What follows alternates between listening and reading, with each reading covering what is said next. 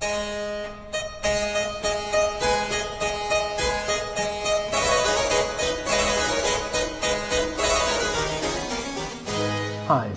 my name is Richard Swatton and I've been an astrologer for over 2/3 of my lifetime. And welcome to this review of the sun signs. My intention, however, is to try and get beneath the signs, within them, look at the structural processes operating. Because the signs of the zodiac are more than a list of correspondences or character associations or particular forms of behavior.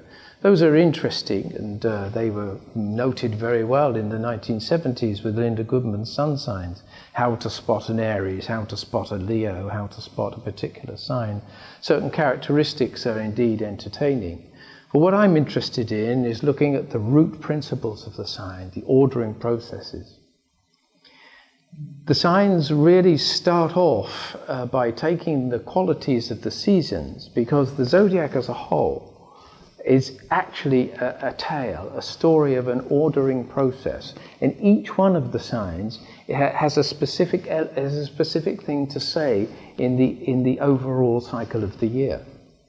We could say that the signs are the seasonal moods, and each season passes through 3 stages. There are 4 seasons, and so therefore this is obviously relating to the 12 signs.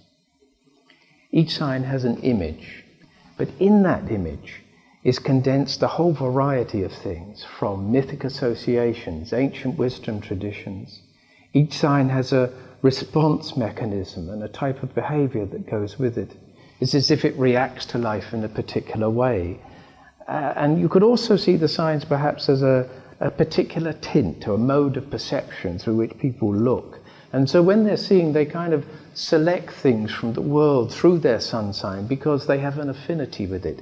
It reflects them in some way.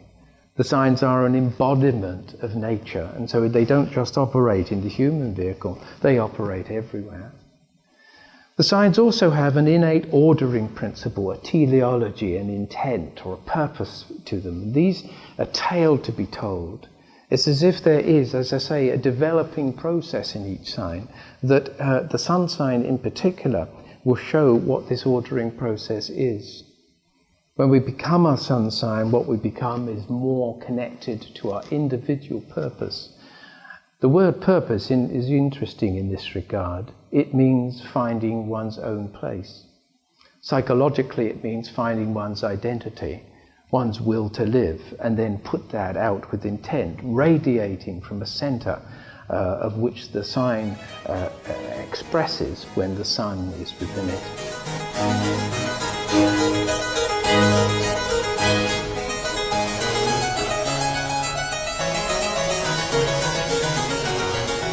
The symbol of the sun is quite obvious, really. It's the central planet. Astrologers call the sun and the moon and all of the other planets, just for convenience. But it's the central ordering principle around which all of the others revolve. The sun in the sign, therefore, gives us an idea about this central ordering principle and the pattern of unfoldment around the rest. So if you can see the zodiac as a kind of cake with lots of candles on it, the sun is the brightest candle, the one that makes most sense. It brings it all together.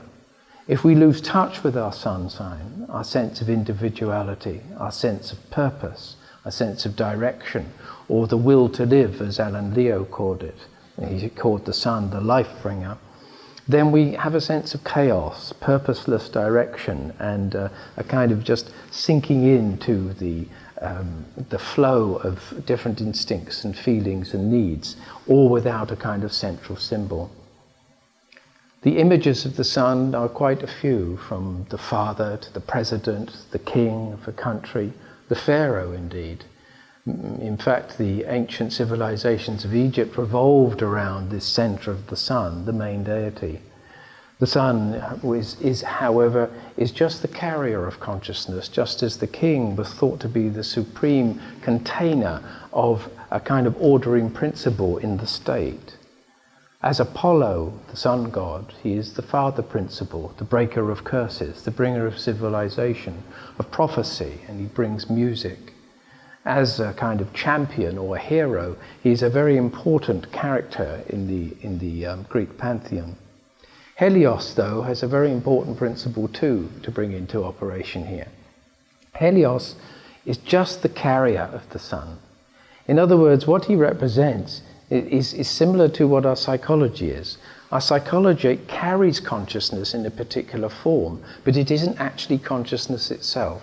So the sun, although it radiates and illumines our life and brings purpose and meaning to it, it isn't consciousness itself. It's just the awareness of our own unique and individual path that is portrayed throughout the sun sign itself, and therefore will lead us to a sense of unique and individual destiny.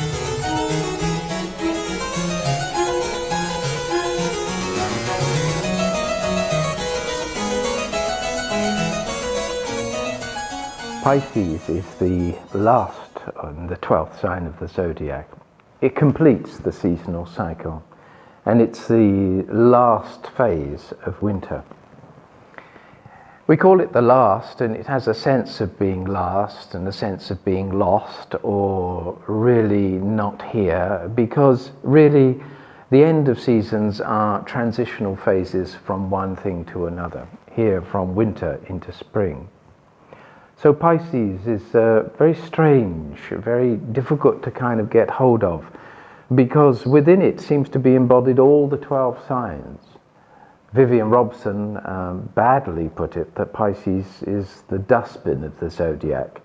Some people have called it the vagabond of the zodiac, as if this kind of life out on the street with an unbounded reality, not really being beholden to anyone, not really noticing the passing phases of the days or the seasons. It's as if this dustbin of the zodiac, as it was called, is a kind of repository into which everything else is poured. This is a reflection of the sea itself, the symbol of the oceanic great mother from which everything sprang. We met her in Cancer, but there she gives form to a kind of individual who has a need to get back to her. Pisces never comes on land, and so therefore always is a representative of this formless state. And of course the question for them is, just how are they going to give individual expression to this formless state? They're representatives of this formless state. They're the fish themselves, swimming in two directions, which we should explore in a minute. But the question for them is, just how am I going to express formlessness within a unique and individual identity? It's a tricky problem, and we'll explore some of this problem throughout the video. Now, the atmosphere of a Pisces is a very strange kind of thing to be in, at least from my own personal experience.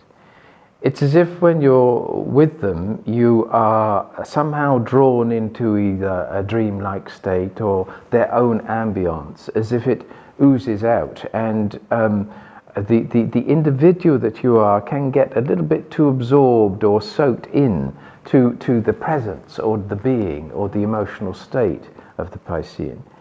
It's as if they're lost sometimes in their own world, difficult to find distinctions between things, which is often why they fear the opposite sign of Virgo, which is to do with order, timings, boundary, distinctness, categories. To these kind of things to a Pisces, or the purer Pisces, of course, because we're never only just one sign, but to the pure Pisces, these categories are not necessary. You see, for Pisces, when we look out from a Pisces world, it's like it's a film show. You know, time really doesn't exist very much. Everything is a passing frame, a passing shot, a kind of motion of experience on the celluloid plates of their memory. It kind of just goes in and then out, and whether they attach themselves to it or not depends on the distinctness of the experience. Pisces, you never know which mood they're going to be in. You never know whether they're attached to you or not. It's a very unclear, unbounded existence which has some gifts, It has some flaws and it has some good points in psychology, but also some bad points. Do they really ever belong to anyone? Do they know who they are? This is a great problem for all, actually, of the so-called collective signs, from Libra right the way through to Pisces. And it's a difficult one for all of those signs, right from Libra to Pisces, because the Sun, as we pointed out at the beginning of these videos, is the unique center. It's the individual. And how one can be an individual when somehow the energy that they portray and are to express are to do with everybody else? This is why there's a strange kind of selfishness in many of these signs, right the way through from Libra through to Pisces, because the underlying fear is that when they attach to anything in particular, whether it's a decision to be made with Libra, or whether it's an attachment to be got in Scorpio, or whether it's to some kind of ideation or mystery that must be followed in Sagittarius, or Capricorn, a vision of greatness that they must pursue, or in Aquarius, which is kind of belonging to a part of history, the greater good of the group and involvement with the collective, forgetting the individual, or whether it's Pisces, who belongs to everyone and everybody. How are you going to become that kind of unique and individual when so much of it is given away or is lost in a sea of an unfathomable mystery, the passing show of life? It's difficult. It's not that they don't or can't do this, it's just that they prefer not to, because the fear is that they might get lost, that the individual is so it's so suffused, it can easily become diffused, lost, or absorbed into another's reality, which is why the individual sometimes is often kept back, which is what I was saying about the strange selfishness of the sign. I think it's unconscious mostly. It's not that it's done deliberately, it's just that other people's existence come and go for these collective signs.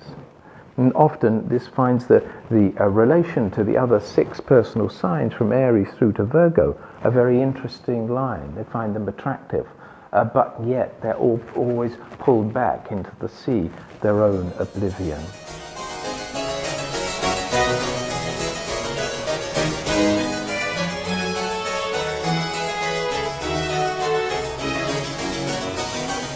Exploring the glyphic image of Pisces and the constellational image is important to understanding the psychology of the sign and to differentiate the duality within it.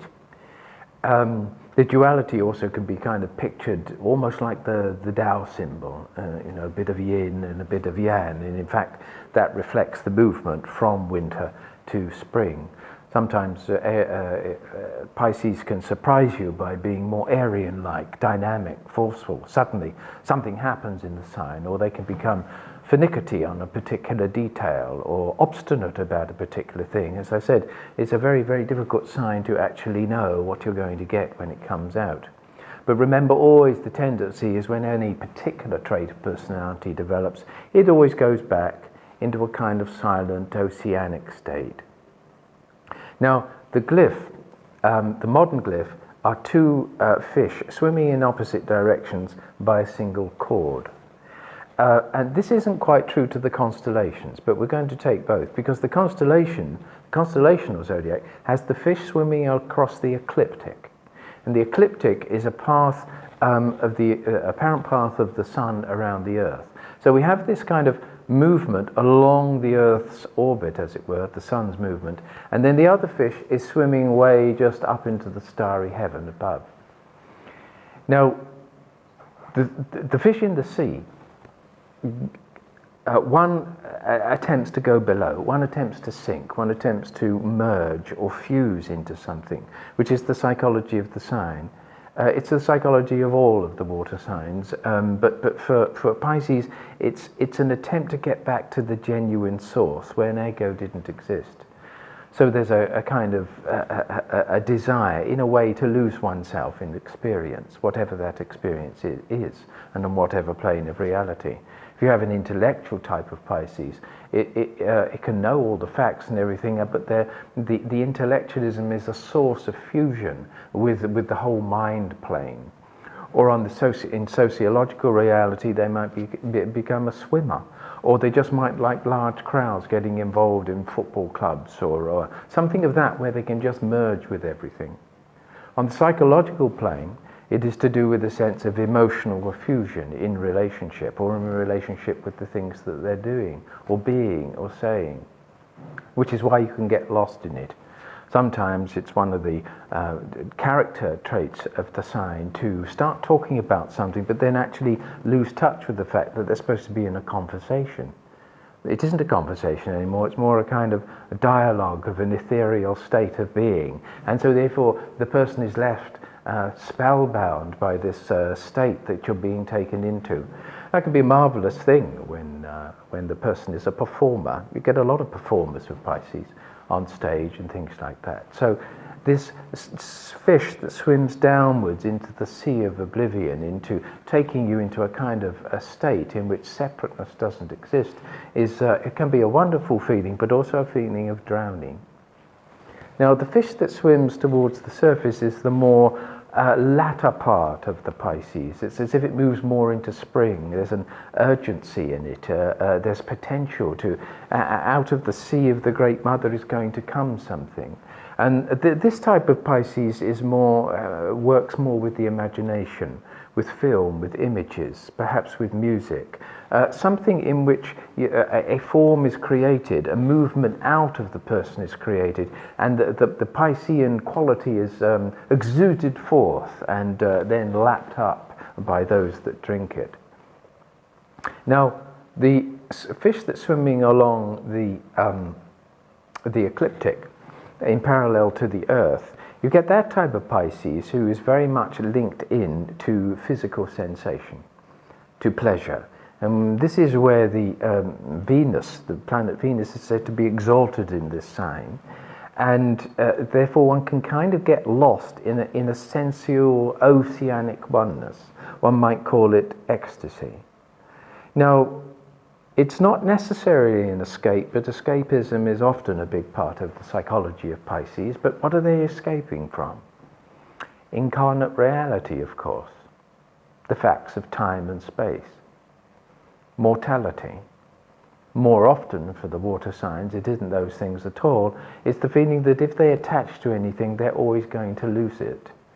Back in the long distance of the sign, maybe, as Freud said, there is a memory of the oceanic oneness when one was back in the womb. He called this a kind of really severely regressed state. And in the Pisces that I've known, and some people with strong Neptune in their chart, they often have some kind of vague memory of this state, that's where they came from and that's where they're going to go back to. Sometimes that can cause confusion because it's a regressed state, it isn't a progressive one. So the feeling of being lost in a kind of pleasurable state, whether that's with alcohol or cigarettes or drugs, it can be a wonderful retreat.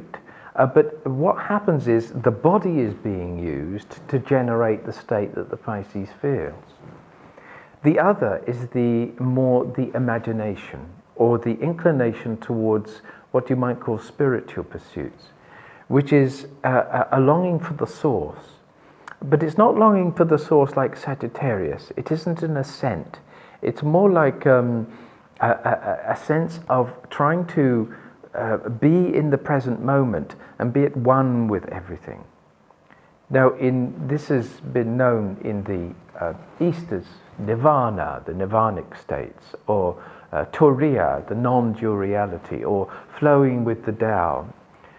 In Christian mysticism, they have a term called henosis, which is union with God. And this is preceded always by an experience of what is called kenosis, which is a kind of emptying out of the individual parts of the self, so that one is then full. Here we bring in the other quality of Pisces, which is the Pisces element, the Jupiter element, which is the ruler of Pisces. Jupiter is to do with fullness, the desire for more. And so it isn't just a kind of emptying out. It is, when one is empty, one is full. It's a kind of strange dichotomy in the sign that gets difficult to distill in words. If we get too far with description, we get lost. And so what I'm trying to give here is a general feel of what it's like to be a Pisces, inside a Pisces mind, inside a Pisces world, and what they seek in it, what they desire. Some of the flaws or vices of the sign, as I say, therefore easily you can connect it to addictions. Addictions to anything, even ritualistic addictions. Could be to alcohol, and those are the obvious ones, but it could be to a relationship. The tendency is to dissolve experience rather than create boundaries. So this boundaryless, the flaws of the signs, they don't obey their laws of time. They're in a timeless zone, and so therefore this has a tendency, as I say, to disassociate from the other. Do they mean anything to you or not? This is the problem, and I think this is also part of the thing that we must understand about Pisces, this fish swimming to heaven, is that it always has its eye on a higher source. Now, it may be misconstrued, and I don't want it to be, that this is a problem. This is simply the sign of Pisces. We all have Pisces in us, we all have these needs. Some have more Pisces than others. This is just the journey through which Pisces must travel in order to find themselves. The sun can easily get sunk into all of this. It's as if this is the sun in water. This is life in water. The sun is still there, but it's kind of, as I say, diffused, submerged. Sometimes Pisces can get a little bit too. That life is too much for them. The experience of incarnation itself is, they can take it on too much. Now there's a quality in that called the mediumistic quality. Again, this is the fish swimming up to heaven, but it's as if it can be drawing into them the experience of another. So there's a kind of subtle psychism in the sign as well. However, some of the gifts and virtues of this is that they can ultimately draw themselves towards a kind of compassionate, a kind of ultimate compassion or charity for the other. They're drawn where they're drawn. Sometimes they're this way, sometimes they're that way. But ultimately, I think most Pisces, in the soul of their spirit and in the soul of their psychology, are subtly somehow picking up on every variety of life. Whether they actually opt to enter into that zone of individual experience or not is entirely up to them, usually relying on the weather or what they've done the night before or whatever it is that's taken their attention. To draw back their attention along the plane of the ecliptic, to come in and to fulfill their imaginations and to enjoy playing with the imaginations of others, is also part of the gifts and the qualities of the sign that we all enjoy, usually through the cinematic motion of the celluloid expressions of Hollywood and the rest.